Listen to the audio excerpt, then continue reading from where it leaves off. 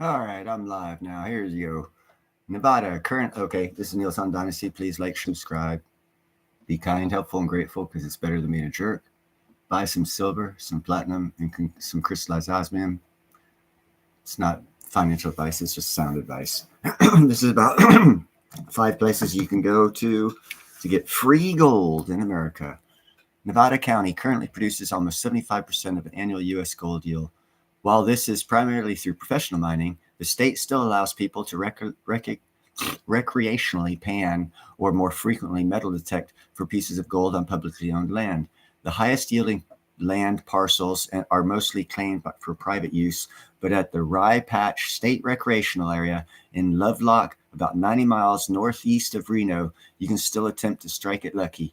Throughout the 1860s and 1870s, the Rye Patch Mill mined over 1 million ounces of $1 million in gold and silver. The mill closed in 1877, and like many other gold rush settlements, Rye Patch became a ghost town. So there's one. Another along the American River in California, north of where I'm at. Gold panning along 119 miles river 119-mile American River east of Sacramento is nothing new. It's where California Gold Rush started. For decades, 49ers panned and mined along the river, collectively finding over 750,000 pounds of gold. Even though the gold rush has slowed since the peak in the 19th century, prospectors still find gold nuggets in the American River. One place along the river where public can pan for free is Auburn State Recreational Area on the border of Placer and El Dorado counties. This location, all gold hunting equipment is banned except for the good old-fashioned pan. With recent California snowpacks, snowmelt is causing excitement among California prospectors as it deposits more gold in the rivers. Alaska Yukon River. Alaska has been a draw for prospectors since 1896, when gold was discovered in the Canadian Yukon. Beginning the Klondike Gold Rush, over 100,000 gold hunters migrated to the Yukon and Alaska to search for riches. The Dalton Highway stretches 414 miles from Livingood, Alaska, 80 miles north of Fairbanks, to Prudhoe Bay on the Arctic Ocean coast. Alongside the highway, parcels of land have already been claimed. Quiet! Sorry, my cat's meowing. Already been claimed by professional miners. However, some public access areas are classified as high yield for gold mining, according to the Bureau of Land Management, BLM. One such area is South Fork Cuyuca River, which branches from the Yukon River at 156.3 miles of the Dalton Highway. Some areas along the Cuyuca River have been professionally mined, but due to the challenges of transportation in this area, mining operations were moved away, leaving primary spots for amateur gold hunters. Now we have Colorado, the former Colorado mining hotspots. The Cache Creek Mine, Twin Lakes, Colorado, was a successful operation for 50 years. When it closed in 1911 as a result of an environmental lawsuit, the area's gold was far from depleted. In 2000, the BML purchased more than 2,000 acres of land, add over 70,000 acres around the Cache Creek preserved open space in Colorado to protect the habitat of native elk. Now the area is open for panning. At Cache Creek, only recreational mining is allowed. With increased attention to Cache Creek's receiving as a gold prospective site, visitors are now required to pay small interest fee to adhere to the rules to prevent environmental destruction, such as only using non-motorized. High banking is legal. And then in Arizona, commonly known for its mining of minerals like copper and turquoise, the state ranked 5th nationally in gold production. Gold was first discovered in the mid-19th century Gallia River, from there many mining towns rose and fell based upon tides of precious metals discoveries. The Bradshaw Mountains, located south of Prescott, Arizona, have always been a key area for gold production. Gold prospectors are welcome year-round in Prescott National Forest. 100,000 plus acres of land 950 miles of trails. The park also allows up to 14 days of camping in a 30-day period. Some regulations exist where panning and recreational mining for gold, but luckily the Lenox Creek and Lenox Lake area where gold has previously been found is open for business. So let's see. There you go. There are 5 spots in America where you can mine, placer mine, high bank mine for gold for free. Hey, sorry guys, I had to. I was reading another page. I couldn't. I don't know how to set this shit up where I can still screen it. So I was reading. I came across that article where you can find gold. Find it for free. Free gold, as I always say. Buy silver, platinum, and crystallized osmium. Find gold. I just gave you 5 places: Yukon, Alaska, Arizona, Nevada, and California. Sorry, my cats are acting up. They want to fight. I don't want them to fight. I think I'm going to win that one. Oh, hello, Independent Mini, C4, Mike Herrera, Lisa Anderson, Attila. Thank you all for being here. I just want to give that update because you guys always hear me say find gold for free, but no one wants to go out and explore and say, hey, where can I find gold for free? What's up, ER? So I just gave you 5. It's all on the West Coast, obviously, because that's the biggest areas for gold to get. Also, the most restricted areas for gold. Next list I give, I'll go to the East Coast and let you know where you can go find gold. One area I would suggest on the East Coast to find gold would be up underneath where Helena destroyed North Carolina mountains and took 3 to 5 foot of soil and trees and roots down to bedrock and washed it downstream. A lot of gold in those creeks. I would say right now, North Carolina and South Carolina are filled. Their creeks are filled with freshly deposited gold from that storm. So if you're on the East Coast, you're not out of luck. There are free spots to get gold there too. As a matter of fact, they're less restrictive on high banking and panning on the East Coast. On the West Coast, they're very restrictive.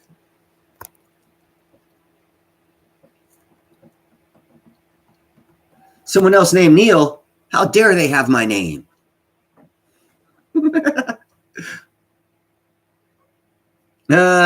Hey, white gold, if you do too much of it, some gets stuck, you just take it out, save it for later, right?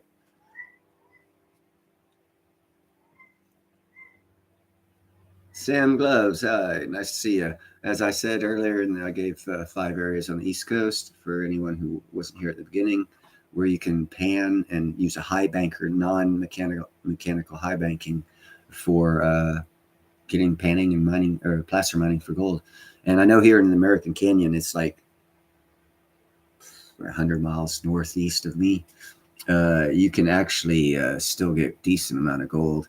I know an iron worker who we won't see for years at a time. As the statement said, with the higher snowpack here in the California and Nevada and Oregon area, when it melts, it deposits more gold in the rivers. So in high snow winters, I know guys that I won't see for a year because they own land along the American Canyon River or American River, and they pan and they make more money panning in their backyard on the American River than they do working as an iron worker making $55 an hour.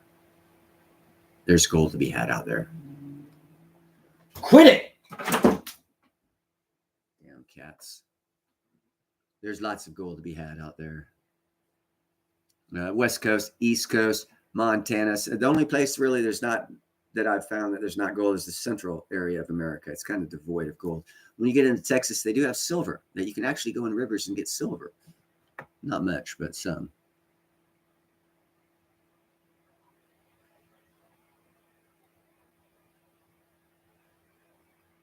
Oh, pneumonia. What you need is you need to I can't give medical advice. I'll get a strike. There are pharmaceuticals. See, it's all backwards there. There are pharmaceuticals here in online. If you look, you can order whatever you want. Keflex, penicillin, amoxicillin, ivermectin, all of them without a prescription. I had I had double pneumonia. I was like hardly like 4 weeks ago. I don't know if you guys could tell. I kept going. I'm a strong guy. I go on. I just keep going. But my breath was short. So I ordered some Keflex, which is for, upper respiratory stuff. And I took some of that shit. And now I can inhale 5 times as deep as I could a month ago. And I already coughed out some yellow infectious shit. Never went to the doctor. But I'm into holistic medicine and natural medicine. But I do also know the laws and can skirt around using the evil drug dealers with college degrees that want to give you drugs that the prescription companies give them to give to you without knowing what they are or the long-term effects of them, like Vioxx. Or what is that opioid?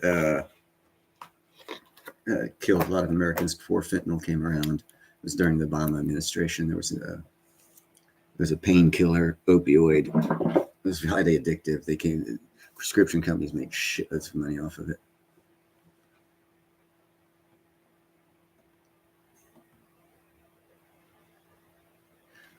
Yeah, just like I said, look online. What's up, Jay? Look online, and keep looking. You'll find it. I found 2 sites where you can order any prescription you want. I'll give you a hint. They're Indian-based companies because of the economics that's happening in this world that no one wants to believe right now. We all want to believe China's great and they're all going to kumbaya and be the world leader. They're dead. India is getting all their business. And if you look online for Indian companies, they've already taken the 90% of the pharmaceutical industry away from China. And because of that, the treaties and trade agreements haven't been formed yet to keep them in line with our laws. And you can actually order prescription medication through Indian companies, pharmaceutical companies, without a prescription. I love loopholes. And I also love knowing the truth. And China is collapsing. Another thing about China is Russia took 90% of North Korea's trade away from China over the past 2 years. China used to do 100% of the trade with North Korea to help stimulate their economy and all. Russia's got 90% of it now, and China's down to 10%. China's going bankrupt. But whatever. You guys believe all these famous people on TV and on the news and on YouTube telling you, China. Oxycodone. Thank you very much, C4.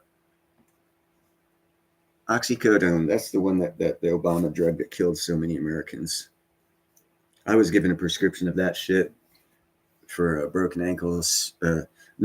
Sprained ankle, 2 broke bones on the outside of the right foot, and my whole, from my knee down to my ankle was like a goldish, yellowish, purple color. It was like all nasty. I tore ligaments. I broke bones, sprained. I did a good job of that one. And they wanted to give me Vioxx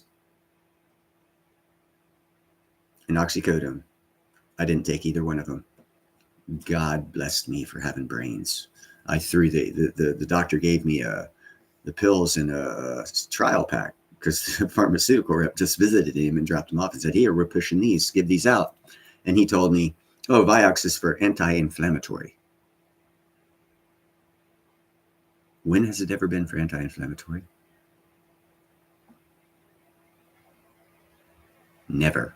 But that's what they gave it to me for. I threw it away. And the prescription of oxycodone, I was expecting to get like, what was I expecting to get? Codeine was what I was expecting to get. Old school. I'm the old guy. Old school drugs. And I saw this Oxycontin, and I was like, dude, this is an opioid. What the fuck are they doing? And I burnt that prescription. This is like late 80s, early 90s.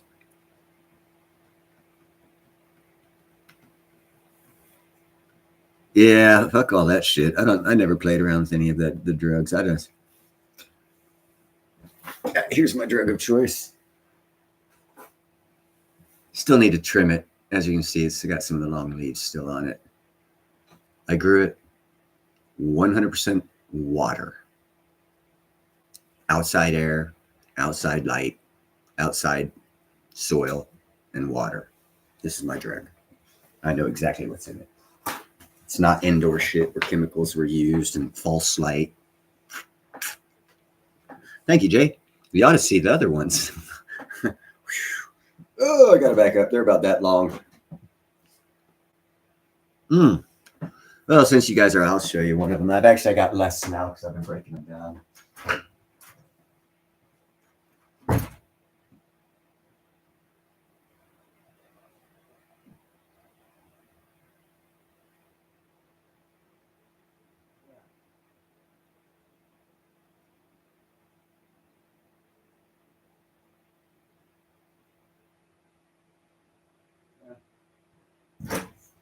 Yeah, here's one of the smaller ones. This is one. It's small. It's only about, take all this other shit out of the way. It's about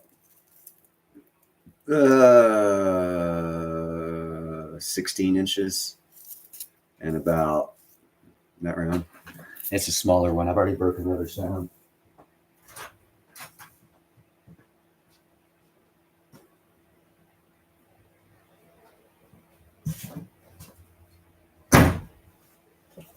But I had some 2 weeks ago. Oh, they were, I stick them out. It'd be at the tip of my finger all the way up to here. I'd hold it out. Boom.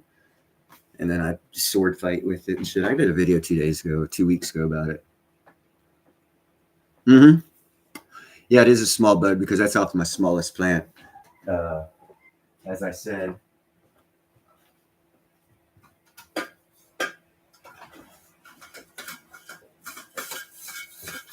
I already broke them all down, put them in here, got the oxygen pack in there. Woo! Air freshener. I got 5 of these.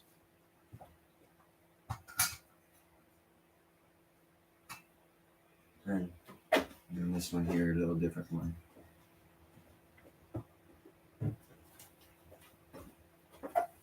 And then I got like a whole shitload still hanging up because I'm lazy.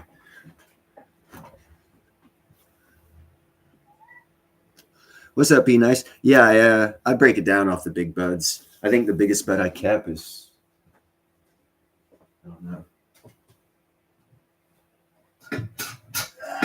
Let's go out this back one here. I think the biggest bud I kept in size would be, well, like this one. See, but this one here, you can break it down. Let me keep it over here. You can break it down here like this. It's one bud, but it's also a whole bunch of little fucking buds. And this is why I don't have any big buds, because I break them all down. Because I know when I used to buy it, I didn't like fucking stem. But if you keep it on the stem, you get, big buds. Yeah, decent sized small bud I broke off. Shit, I don't have any big ones left. I already broke them all down. Here's a top. And it's actually 2 buds together. Oh, here's one. No, see, it's also another bud. I just break it on down because I don't like the stem. It takes up too much space. And I store it for the year. So, yeah, like I said, I got video. I mean, but they are big buds. They're not like even the small one. That's a small one. And it's still a decent size, bigger than you get at the shop.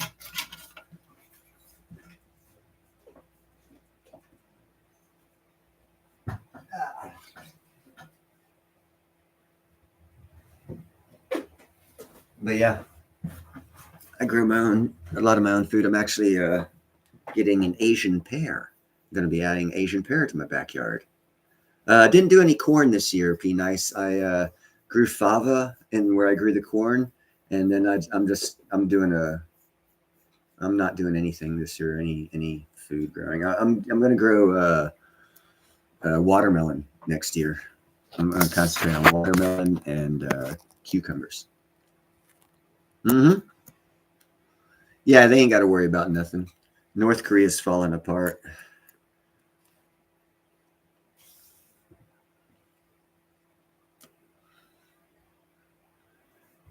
But yeah, they do. They're doing martial law over there, and you know, whatever. That's on them. They're. I mean, look at who their neighbor is. Yes, it is, and it's also very good for you. Watermelon's actually very good for you. Yep, you need to get your stuff started, getting them started indoor. If you don't have an indoor area, I would suggest start a greenhouse. And a way you can do a greenhouse in the snow, and you can still have greens growing. Start composting. Composting generates heat. Put your greenhouse, put the compost along one side, the north wall.